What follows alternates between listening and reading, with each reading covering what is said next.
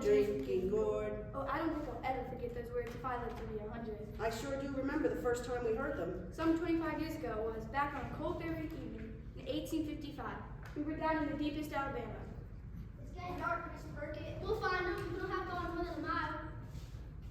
We had run off from the Burkett plantation down near Jackson. Old Man Burkett and his overseer Smith were after us in no time flat. They searched the whole countryside with bloodhounds. I can get a good 3 or 4 years while they grab them. If they don't die from the whipping I'll give them. Let loose the hounds, Smith. I'll wait here. Yes, sir. We were hiding behind a fallen tree trunk listening. The men don't scare me so much. It's the hounds that do. Over yonder, we can get equipped before they catch us. We can retrieve it. How? Hounds can stand on our side of the water. Come on, let's go. Stay still there, Mom. So away we went, through the woods, back down on almost on all fours. We made for the creek and waded down in the waves. Our feet were bare.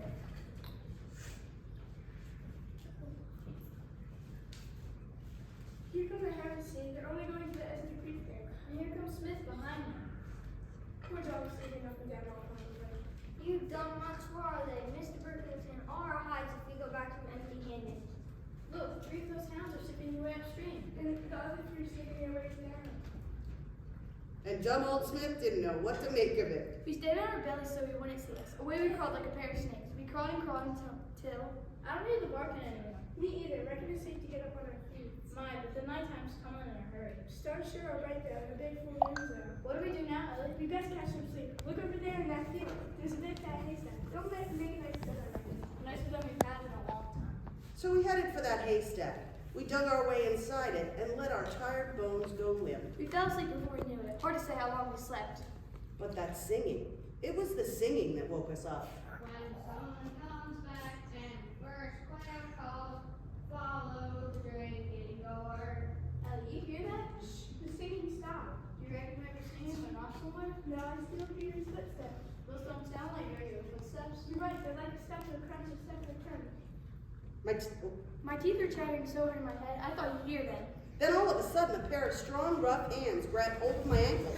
I was yanked clear out in the open air. Hey! The same hand grabbed me by my wrist, yanking me out with you. Hey! Well, what have we got here?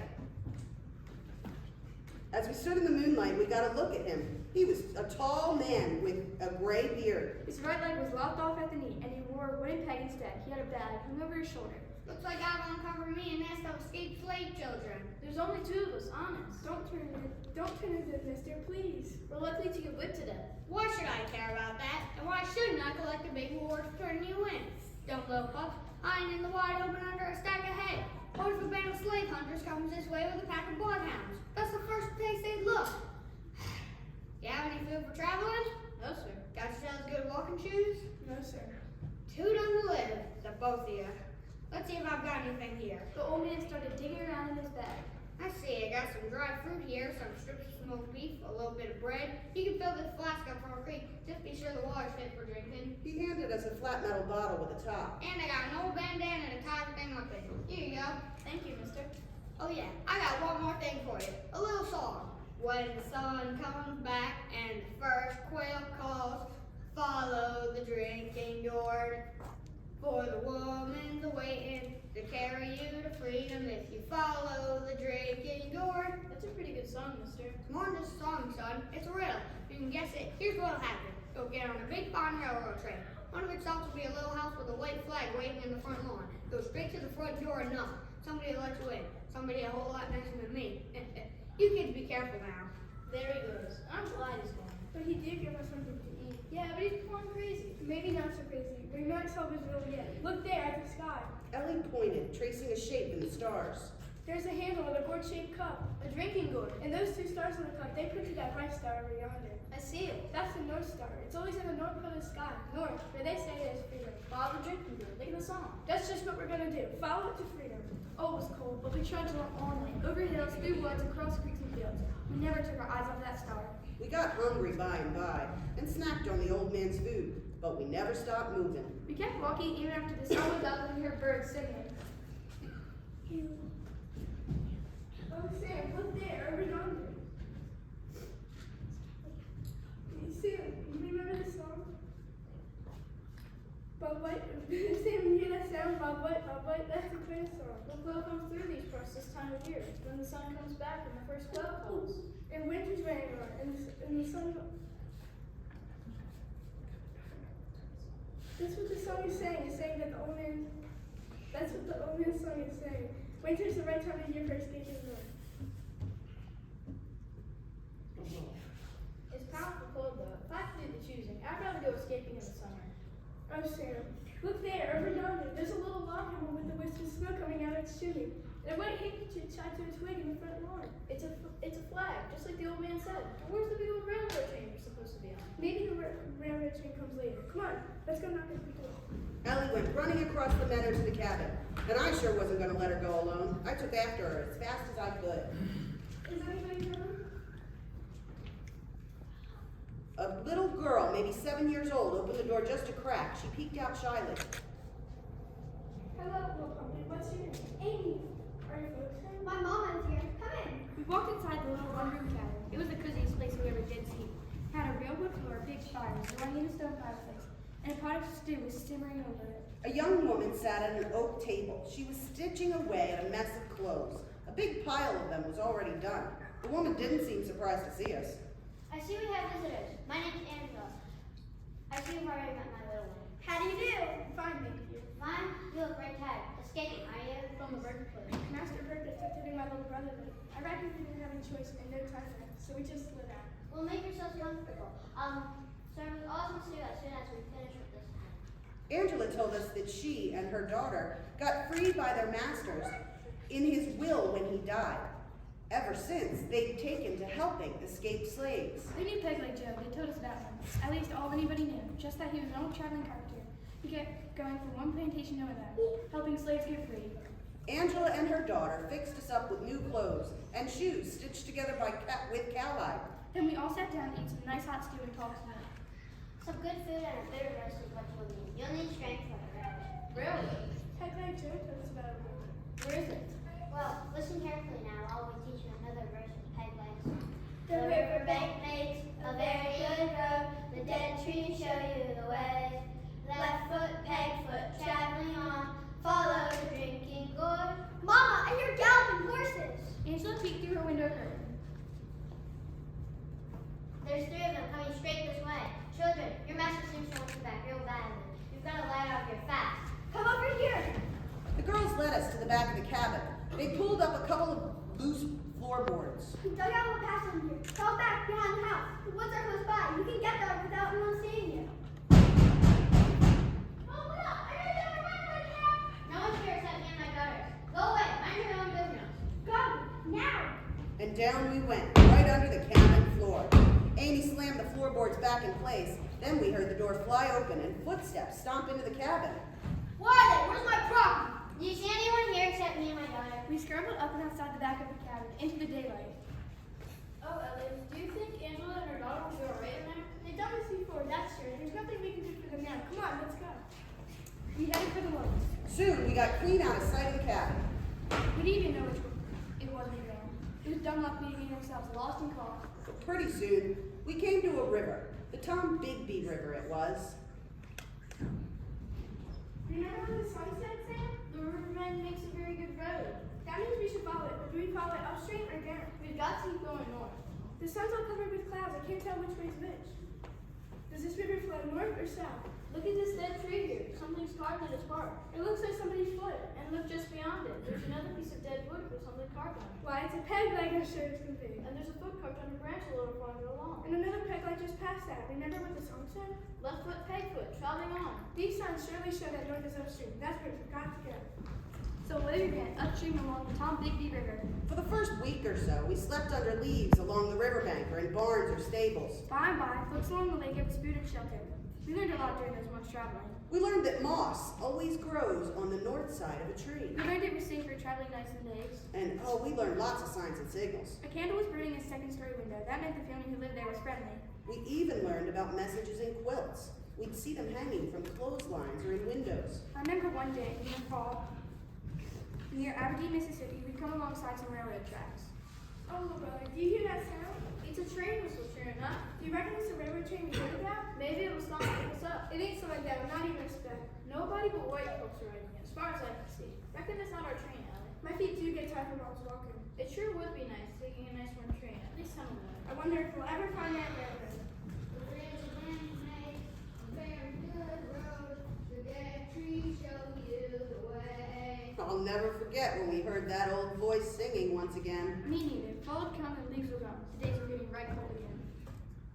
Listen, Elliot, it's him, Pegleg Joe. Are you real kidding? There he is, up on that road, driving his wagon home. Pegleg Joe, Pegleg Joe. He pulled his wagon to a stop. It was all loaded up with wooden furniture he'd made. Hush up, you fools. You want to bring every slave hunter in the territory down on us? Look at this paper. It's a wanted poster. Do you know these faces? Why, it's A us. certain Mr. Aaron Burgett down in Alabama is right anxious to get the two of you back. He's offered $100 for each of your scrawny carcasses. Why, I'm almost tempted to turn you in myself. Climb up his back and get yourselves hid. So we climbed into an empty cabinet in the back of his wagon. We went rattling on down the road while Pegleg sang some more. The river ends between two hills. Follow the drinking gourd. There's another river on the other side. Follow the drinking gourd. I peeked out through a crack between the cabinet doors. What do you see, Sam? We're driving through a valley. The river's nothing more than a trickle, and we're between two hills, sure enough. After a while, the wagon ground to a stop. There's another river on the other side. Follow the drinking gourd. Now out with you two. We climbed out of the wagon and found ourselves facing a river. The Tennessee River it was. We owe you a lot, mister. Yes, you do, but you better get along now. Don't let me see you for a real long time. He snapped his reins and rode off, singing as he went. Where the great big river meets the little river, follow the drinking gourd. For the woman's a waiting, to carry you to freedom, and follow the drinking gourd. What do we do now, Elliot? Well, the song's pretty clear. He said there's a big river and a little river, and those two rivers meet. That means we should follow this little river upstream till we meet the big river. More walking then? I do wish we could get on that railroad. In the days ahead, we often wish we could get on that road. We traveled for 2 more months, following the Tennessee River. The winter hit us all, remember? Every few nights, some kindly soul would take us in. They'd give us a hot meal to eat and a roof to sleep under. But we spent way too many nights trying to stay warm. We often slept under a pile of leaves by the riverbed. Then came one bright, clear, cold night in early January. The river had already turned to a big sheet of ice. Oh, look yonder, little brother. This little river of ours runs right into a great big river, just like the song said. My, it sure is the biggest river I've ever seen. How all that ice glitters in the moonlight, just like twinkling stars. And over on that point of land where the two rivers meet. Why, there's a big fire burning there. And a woman standing beside it. She's waving her arms. Do you reckon she's waving at us? She sees us in the moonlight. I think she wants us to come walking across the ice. Do you reckon it's safe? It's got to be. We don't have a choice. Come on, let's go. So we started walking across the ice. It was slippery and cold under our feet. Oh, Ellie, what's that crunching sound? That's the ice creaking under us. Can it hold us? It ought to. We're nothing much more than skin and bone. We were halfway across when we heard voices behind us. Hey there, you two children, stop where you are, stop or we'll shoot. They've got guns. They won't shoot. We're way too much alive. You thought wrong, big sister. That bullet ripped right by my ear. Seems like they'd rather get us dead than not at all. Keep on moving. Slow and steady now. You're likely to bust the ice if you start running. Then we heard a crashing noise behind us. What's that sound? Keep your eyes straight ahead. Don't look back. I couldn't help glancing over my shoulder. The men were bigger and heavier than we were. They'd been all bunched up close together. A hole had broken through the ice, and one of the men was in the river. Help, I've fallen in, get me out of here. We kept moving by and by. We were climbing up the riverbank. The woman who had waved towered over us in the firelight. She looked out over the ice. Look at that poor devil yonder. He's soaked to the skin in this freezing weather. He's likely to catch his death in the cold. I looked back across the river. The one man had pulled his friend out of that hole in the ice. Now they were limping their way back to the far shore. They won't be following us now, that's sure. My name's Emma. You might have heard of me in a song.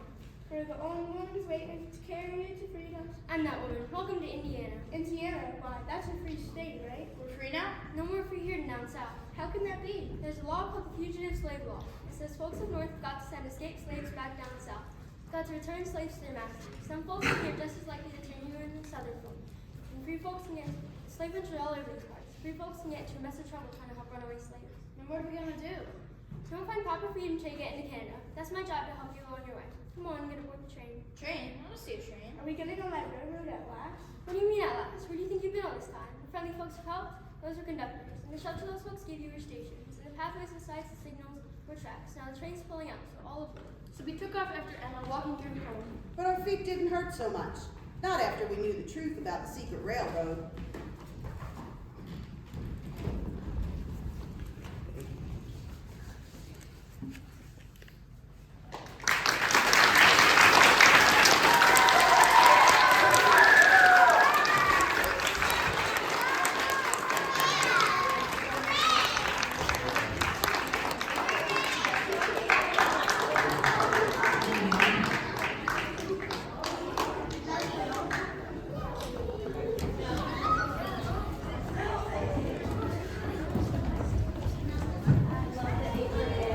Thank you so much, you guys, for being a great audience. I believe the grade's going back. Hello. Good. Bye bye. Bye. Where you going? What? Where you going? I'm going back to class. 想唔想媽媽同你揀你後邊嗰個啊？你 keep 住佢咯，幾好睇啊，幾好睇，good looking。